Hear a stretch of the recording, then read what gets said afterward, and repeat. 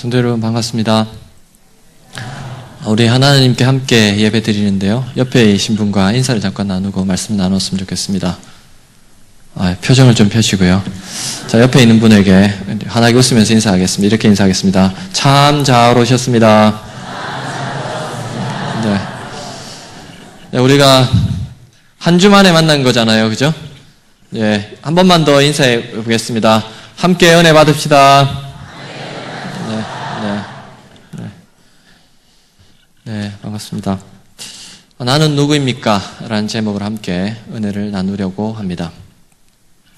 쉴라 월시라고 하는 분이 계십니다. 미국에서는 꽤 유명한 분인가 봐요. 미국에 유명한 크리스찬 토크쇼가 있는데 거기에 700클럽이라고 하는 토크쇼가 있습니다.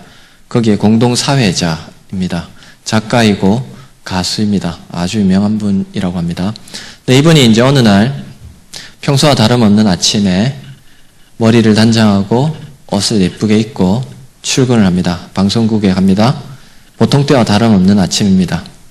그렇게 해서 아침에 출근을 해서 방송을 무사히 잘 했습니다. 그리고 그날 밤에 정신병원에 감금됩니다. 이유가 뭔가 간단합니다. 정신에 문제가 있었는데 그냥 뒀다가 그게 크게 문제가 되어서 그날 저녁에 정신병원에 입원한 거죠. 그날 첫날 의사를 만났습니다. 의사 선생님이 이야기합니다. 당신은 누구입니까? 당신은 당신을 누구라고 생각합니까? 그렇게 물으니까 쉴라 월시가 대답합니다. 저는 700클럽의 공동사회자입니다. 아니요, 지금 그걸 묻고 있는 게 아닙니다.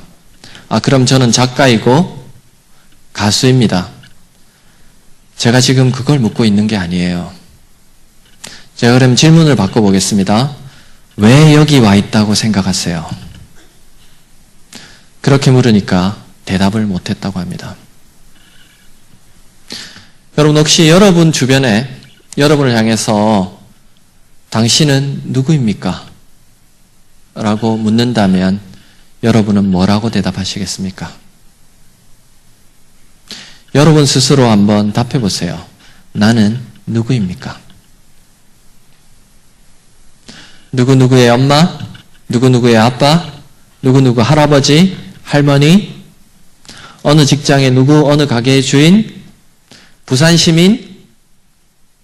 연산동 주민? 여러분은 어떻게 여러분을 생각하세요?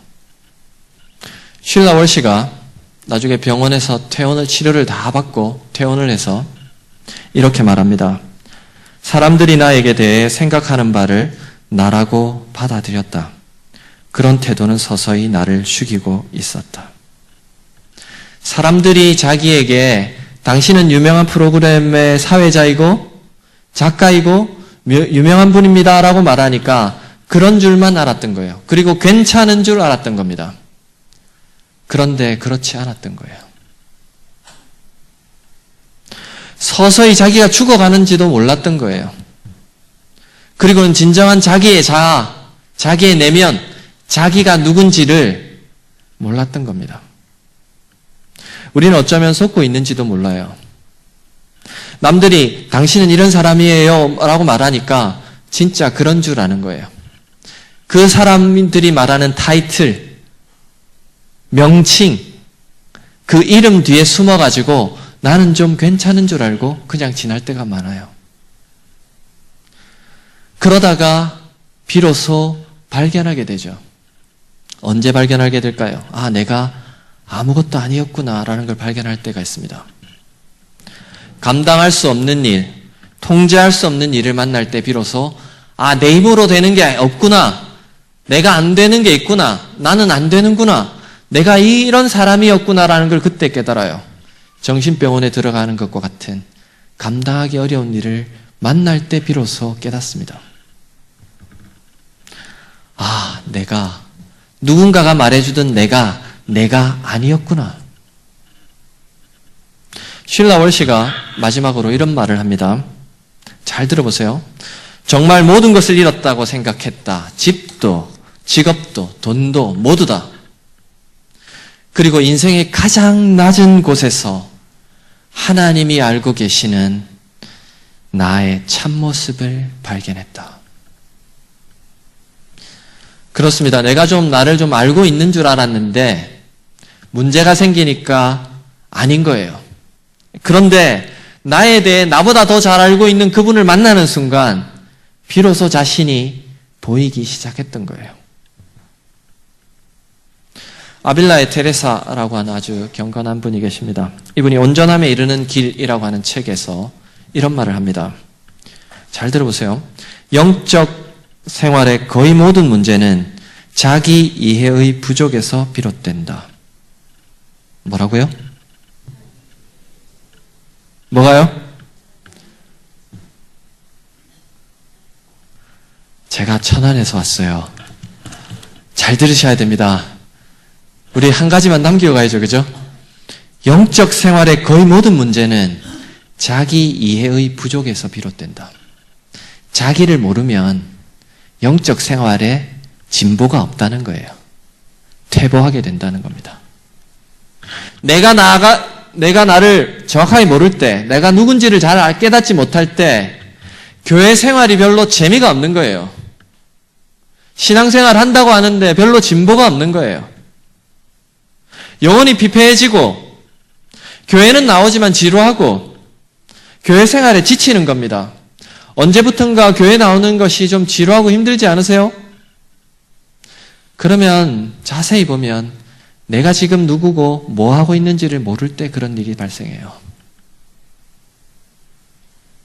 종교 생활이 지긋지긋하고 어떻게 하면 좀 쉬었으면 좋겠다 싶고 교회 생활하는데 탈진하게 될 때 기억해야 될 거. 나는 누구고 나는 지금 여기서 뭘 하고 있는가. 그걸 따져봐야 됩니다. 그런데 언제 자신이 보이기 시작하는가? 자신의 참모습이 언제 드러나는가? 정신병원에 들어가는 것과 같이 내가 통제할 수 없는 일을 만날 때, 아, 내가 알고 있던 내가 아니구나 라는 것을 깨닫게 돼요. 감당할 수 없는 일을 만날 때 그렇습니다. 여러분 혹시 최근에 내가 통제할 수 없는 일, 내가 감당하기 어려운 일을 혹시 만나고 계신 분은 안 계세요? 가정이 내 맘대로 잘 안 되고, 아이들이 내 뜻대로 잘 안 되고, 직장이 내 맘대로 잘 안 되고, 교회도 내 뜻대로 잘 되지 않는 것 같고, 취직이, 공부가, 상황이, 가정이 왠지 뭔가 모르게 내가 원했던 내 방식, 내 통제를 벗어나는 것 같은 그럴 때 없으세요? 그렇다면 바로 지금이 그때입니다. 내가 누구인가를 다시 따져볼 때. 오늘 우리가 읽은 성경은 그걸 보여주고 있습니다. 초대교회의 성도들, 예수님 믿으니까 너무 좋은 거예요. 신앙생활을 처음 하니까 굉장히 좋았습니다. 별로 문제가 없는 것 같았어요. 괜찮았어요. 그런데 어느 날 갑자기 황제로부터 명령이 내려옵니다. 그리스도인들은 장사하지 말아라.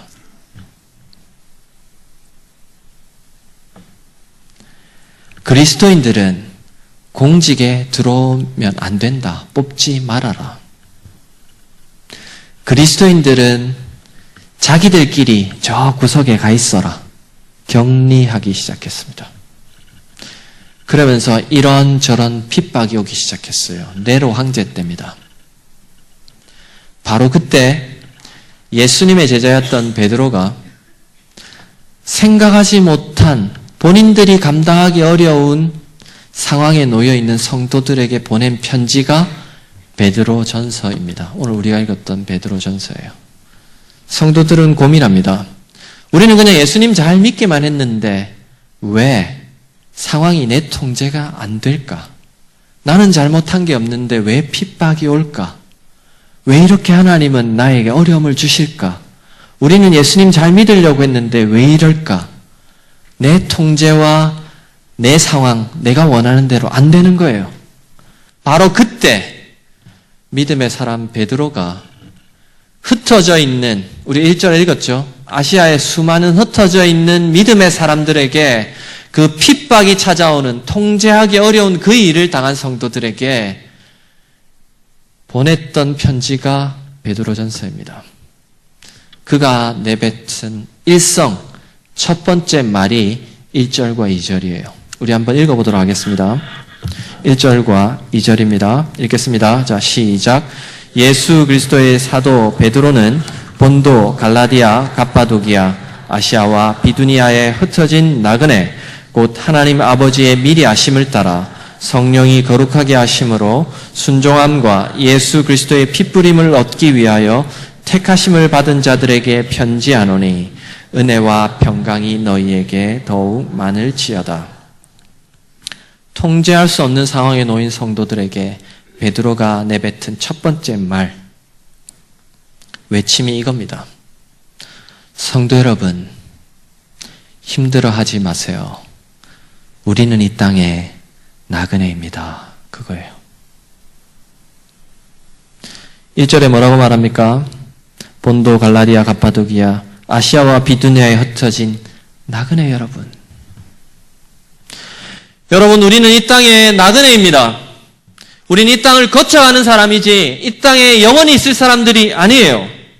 그래서 지금 오는 어려움, 괴로움, 힘든 거 다 지나갑니다.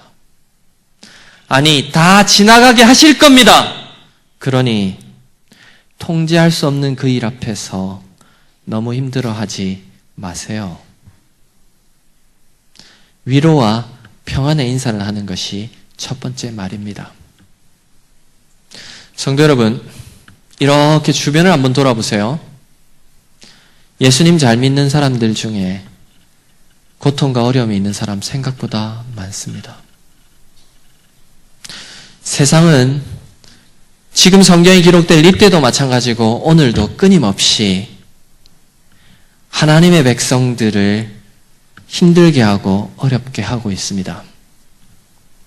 그러면서 자신들의 기준에 맞추라고 강요합니다. 지금 이 성경이 기록될 2000년 전에는 황제가 명령을 내려서 그리스도인들이 하나님을 못 믿도록 강요하고 강제하고 괴롭혔습니다. 폭력적인 방법을 동원해서 힘들게 했어요. 그런데 오늘은 그렇게까지는 하지 않습니다. 누군가가 폭력적인 방법으로 우리를 신앙생활 못하게 하고 우리가 그리스도인 되는 걸 어렵게 하지 않습니다. 그러나 다른 방식으로 세상은 끊임없이 우리에게 세상의 기준에 맞추라고 강요하고 괴롭히고 힘들게 합니다. 우리는 소비 사회에 살아가고 있습니다. 그래서 세상은 기준을 이렇게 만들어 놓고는 니네들 이대로 따라해라고 보이지 않게 끊임없이 그 기준에 맞추지 않으면 바보 취급합니다.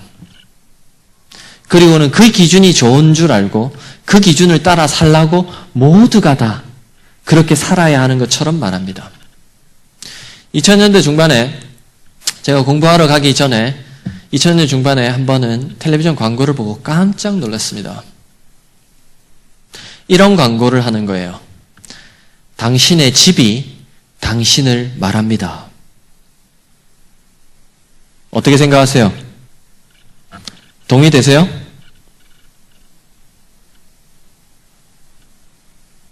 질문이 어렵나요? 당신의 집이 당신을 말합니다. 그 얼마 있으니까 뭐라고 얘기하냐면 당신의 차가 당신을 말합니다. 어떻게 존귀한 하나님의 형상을 닮은 사람이 하찮은 집에 비할 바가 된단 말입니까? 그런데 세상은 그 사람이 사는 집, 그 사람이 타고 다니는 차가 그 사람을 말한다고 말해요. 그리고 그런 줄 알고 다들 쫓아가고 있습니다. 왜 그럴까요? 언제부턴가 사람들이 자기 내면이 부실하니까 물질적인 것 뒤에 숨는 거예요. 그리고 내가 이 정도 해! 하고 포장하는 겁니다. 속지 마세요. 세상은 그렇게 스스로 쏙이라고 계속 이야기하는 거예요. 그러면서 그게 맞는 것처럼 기준에 따라가라고 강요합니다. 자기 내면이 부실하니까,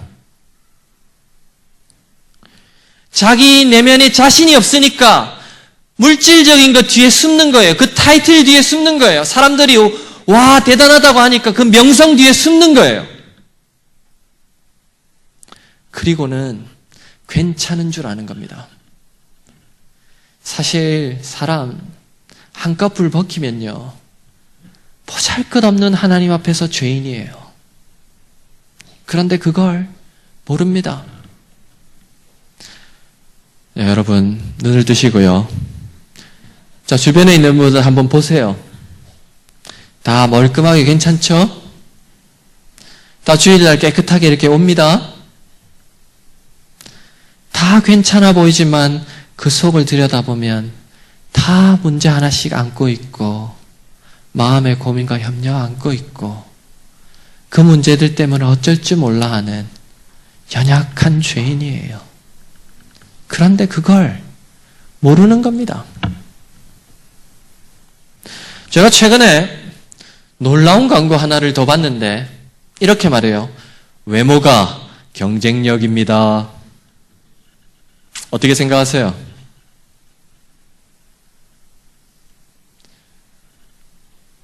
여러분, 세상은 그렇게 우리를 속이고 있습니다.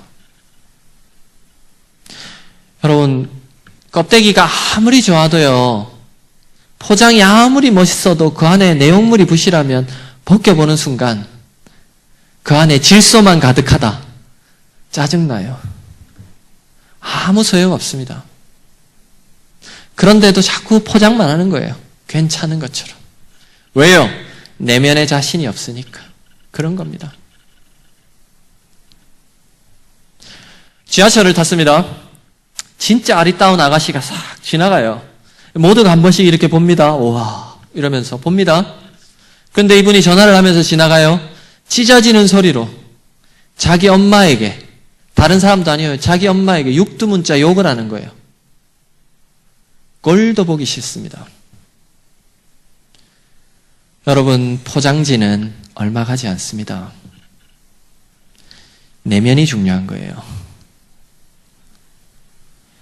포장이 아무리 이뻐도 내용물이 부실하면 아무짝에 소용이 없어요. 그런데 우리가 그렇게 나도 모르게 세상이 원하는 기준을 따라서 아등바등하면서 살아가는 거예요. 그 기준에 맞추려고 좋은 집, 좋은 차 뭐 이러면서. 그러다가 주일날 털썩 교회에 오면 비로소 성경 말씀이 우리에게 우리가 누구인지를 다시 보게 만들어요. 매일 일상이 반복되니까 나도 모르게 그만 세상의 기준에 맞추려고 아등바등 살아가는 겁니다. 그리고 그게 전부인 줄 알고 막 살아가요. 남들 뭐 했다더라, 누구 자식이 어느 학교 갔다더라, 뭐 했다더라, 그러면 우리 애는 왜 이럴까 하고 또 밀어붙여가지고 어떻게든 해보려고 하는 거예요.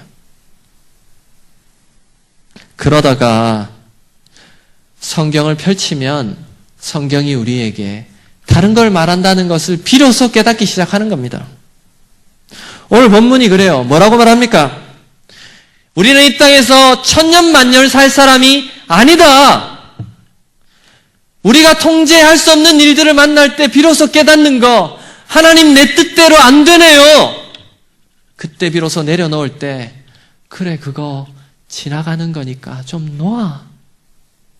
그리고 너는 이 땅에서 나그네야. 우리 주님이 이 베드로 사도를 통해서 오늘도 우리에게 하시는 이야기가 그겁니다. 그거 영원하지 않아. 다 지나가. 그러니까 너무 힘들어하지 마라. 그것이 오늘 우리에게 주시는 메시지입니다.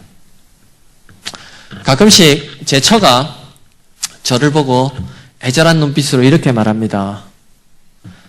여보, 우리 이제 이사 그만해요. 제가 결혼 19년 차거든요.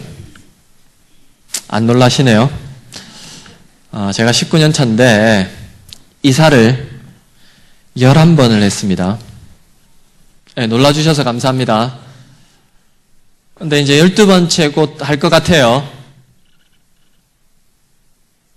중년의 가장 큰 스트레스가 뭔지 아세요? 제가 이제 40대 후반을 가고 있는데 중년의 가장 큰 스트레스 1번이 배우자의 죽음입니다.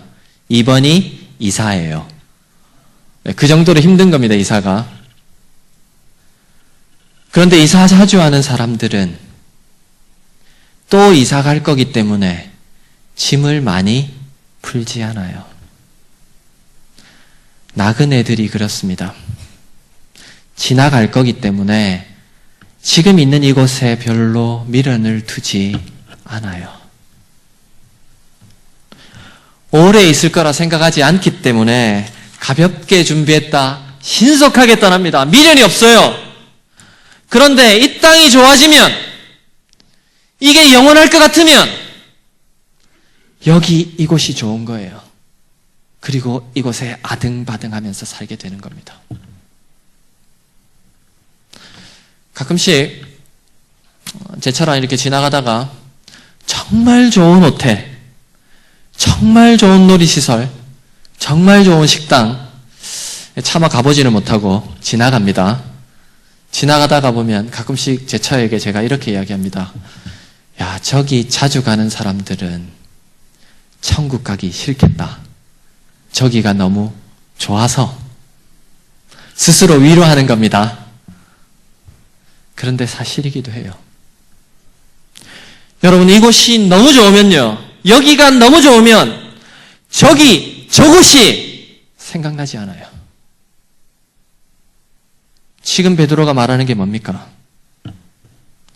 아시아와 비두니아에 흩어진 나그네 여러분, 지금 고통이 찾아오고 통제할 수 없는 일들이 오는데 그것 또한 나그네이기 때문에 지나갑니다. 그러니 힘내세요.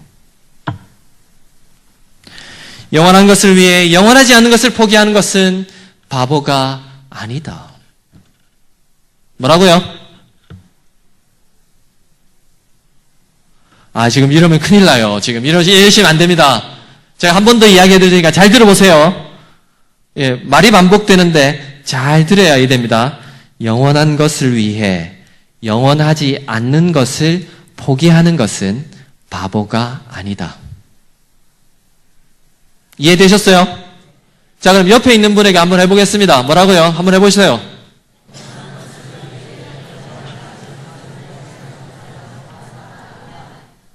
영원한 것이 있어요.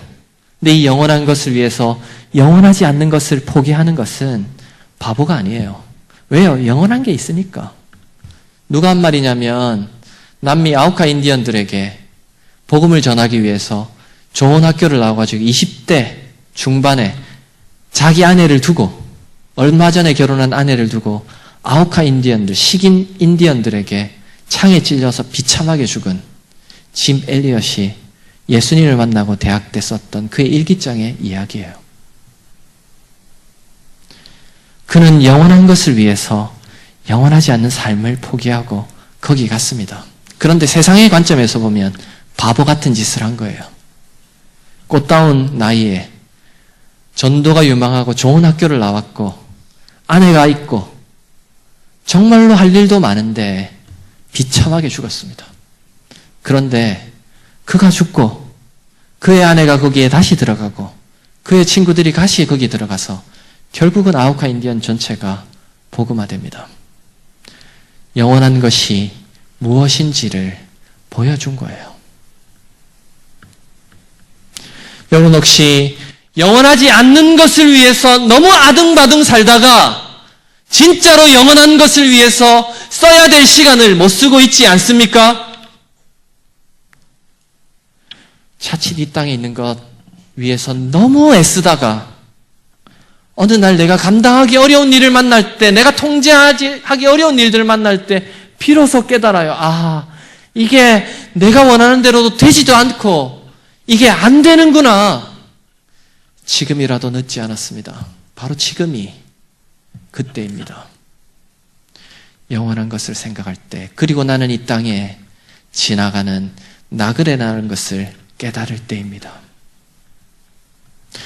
여러분, 나는 누구입니까? 이 땅에 지나가는 나그네입니다. 베드로는 이어서 하나를 더 우리에게 말해주고 있습니다. 성도는 이 땅의 나그네입니다. 그래서 이 땅에 소망이 없습니다. 그런데 그걸로 끝나는 게 아니에요. 하나 더, 저 하늘에 선택된 백성입니다. 그걸 베드로는 우리에게 말해주고 있습니다. 우리 1, 2절을 다시 한번 읽어보도록 하겠습니다. 1, 2절 읽겠습니다. 자, 시작. 예수 그리스도의 사도 베드로는 본도 갈라디아, 갑바도기아, 아시아와 비두니아에 흩어진 나그네 곧 하나님 아버지의 미리 하심을 따라 성령이 거룩하게 하심으로 순종함과 예수 그리스도의 핏부림을 얻기 위하여 택하심을 받은 자들에게 편지하노니 은혜와 평강이 너희에게 더욱 많을지어다. 여러분 자세히 보세요. 뭐라고 말합니까? 등장하는 분이 계세요. 2절에 누가 등장합니까? 하나님 아버지가 등장해요. 성부 하나님이 등장합니다. 그 다음엔요, 성령이 거룩히 하심으로 성령이 등장합니다. 그 다음엔요, 예수 그리스도의 핏부림을 얻기 위하여 예수님이 등장합니다. 성부, 성자, 성령, 삼위 하나님이 총동원되고 있습니다. 무엇을 위해서요? 핏부림을 얻기 위하여 택하심을 받은 자들에게 편지하노니, 다른 말로 하면 핏부림을 받아서 택하기 위해서, 하나님의 백성들을 택하기 위해서 성부, 성자, 성령 하나님이 총동원되셔서 일하신다는 거예요. 그런 일하심으로 택함 받은 존재, 바로 저와 여러분이라는 겁니다. 여러분, 우리가 이 땅에서 별 볼 일 없을 수 있습니다. 사람들이 누구도 알아주지 않을 수 있습니다. 왜요? 우리는 이 땅에 나그네이니까 사람들이 못 알아줄 수 있어요. 사람들이 무시할 수 있습니다. 그냥 지나가니까. 그건 괜찮아요. 그런데 저 하늘나라에서는 다르다는 거예요.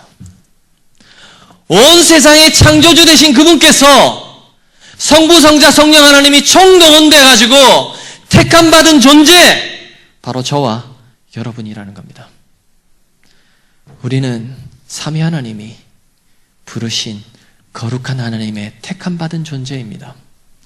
어느 이사야 주석가가 말했죠. 우주도 하나님 앞에서 초라하다. 맞습니까? 우주도 초라하게 하시는 그분께서 저와 여러분에게 온 관심을 가지고 지금도 보고 계시고 선택하셔서 애지중지 붙들고 계시는 선택된 존재, 바로 성도들입니다. 그래서 지금 좀 어려움이 와도, 지금 세상이 우리를 좀 흔들어 놓아도, 힘들게 해도 괜찮습니다. 그래서 베드로가 뭐라고 말합니까? 은혜와 평강이 너희에게 더욱 많을지어다. 무슨 말이에요? 세상이 우리를 흔들어 놓아도 여전히 은혜가 있고 평강이 있는 존재. 왜? 하나님이 우리를 붙들고 있기 때문에.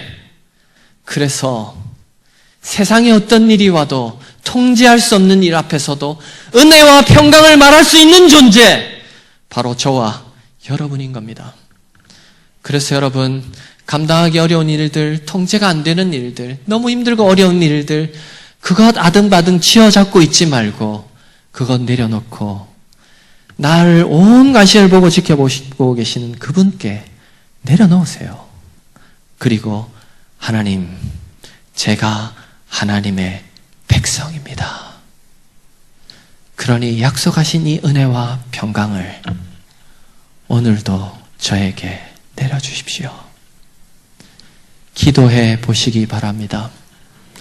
2000년 교회 역사에 수많은 믿음의 사람들이 오고 오는 고난 가운데서도 그 살아계신 하나님을 붙들고 은혜와 평강 가운데서 지금까지 해오고 있는 것입니다. 그러니 여러분, 힘들고 감당하기 어려운 그 일 앞에서 너무 힘들어하지 마시고 하나님께 내려놓고 은혜와 평강의 하나님께 나아가는 여러분 되시기를 바랍니다. 말을 맺겠습니다. 말을 맺겠습니다. 이제 눈을 뜨셔도 됩니다. 공산당이 러시아를 지배할 때였어요. 이제 구소련이었대요. 소련 때였어요. 아주 좀 꽤 됐을 때였죠. 드미트리라고 하는 한 청년이 있었습니다. 이 청년이 예수님과 사랑에 빠진 거예요. 예수님이 너무 좋은 겁니다. 그래서 자기 집을 오픈하고 개방하고 사람들을 불러서 성경 공부를 하기 시작했어요. 찬양을 하고 예배를 드리기 시작했습니다. 근데 이제 소문이 퍼졌어요. 그러니까 사람들이 한두 명 찾아오기 시작합니다. 근데 소문이 퍼지면 사람들이 알게 되면 그 소문이 어디에게도 갈까요? 공산당에게도 자기 직장에게도 소문이 퍼지겠죠. 그래서 이 사람이 직장에서 해고됐습니다. 잘렸어요. 그러면 이쯤 되면 그만둬야죠. 그죠? 근데 이 사람이 예수님을 너무 사랑하니까 그만둘 수가 없는 거예요. 그래서 계속 진행합니다. 소문이 계속 나니까 사람들이 한두 명 계속 찾아오는 거예요. 그러던 어느 날 저녁에 예배를 드리는데 공산당과 군인들이 들이닥칩니다. 그 집에. 그리고는 군인 중에 한 사람이 드미트리를 벽에 붙여놓고 마구 패요. 구탈합니다. 때려요. 실컷 때리고 난 다음에 눈을 부릅뜨고 손가락질하면서 이렇게 이야기합니다. 우리는 경고했고 경고했고 경고했다. 이 미친 짓을 다시 한 번 더 하면 이제는 경고로 거치지 않을까요? 실컷 때리고 난 다음에. 경고는 원래 말로 하는 거거든요. 그죠? 근데 실컷 때리고 난 다음에 경고 이걸로 안 거칠 거야. 그렇게 말한 거예요. 바로 그때 같이 예배드리던 분들 중에 아주 왜소하고 작은 할머니가 한 분 계셨는데 이분이 그 때리는 그 사람을 말리면서 얼굴을 똑바로 쳐다보고 손가락질하면서 이렇게 말하는 거예요. 그 군인을 향해서 당신은 하나님의 사람을 괴롭혔기 때문에 살아남지 못할 거요. 용기 있죠? 저희 어머니가 이런 분이었으면 좋겠습니다. 대한교회 믿음의 어머니들이 이런 분이었으면 좋겠습니다. 그런데 정말로 동화 같은 일이 일어나요. 정말로 며칠 있다가 이 군인이 심장마비로 죽어요. 실제로 있었던 일입니다. 근데 그 소문이 퍼진 거예요. 어떻게 됐을까요? 그 다음 주에 무려 그 조그마한 집에 150명이 모인 거예요. 그러니까 공산당에서 볼 때 이거 큰일인 거예요. 그래서 도저히 안 되겠다. 그래가지고 드미트리를 감옥에 쳐넣었습니다. 여러분이 드미트리라면 어떻게 하시겠어요? 이 정도면 그만둬야죠.